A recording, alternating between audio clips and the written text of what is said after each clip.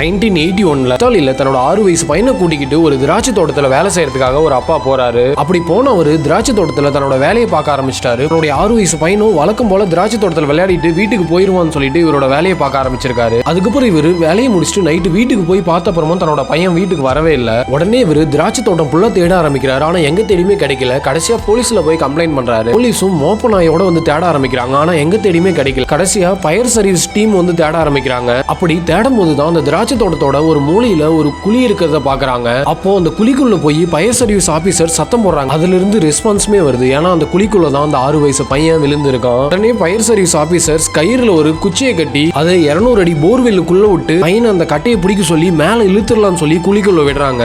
ஆனா பாதியிலேயே அந்த குச்சி ஸ்ட்ரக் ஆகி மேலேயும் வராம கீழேயும் போகாம மாட்டிக்குது. கடைசியா அந்த கயிறு இழுக்கிறாங்க. கயிறு மட்டும் பிச்சுக்கிட்டு மேல வந்துருது. இதை கூட்டத்துல இருந்து பார்த்திருந்த ஒரு நபர், நான் குகைக்குள்ள போயிட்டு வந்த எக்ஸ்பீரியன்ஸ் இருக்கு, நான் போய் அந்த குச்சி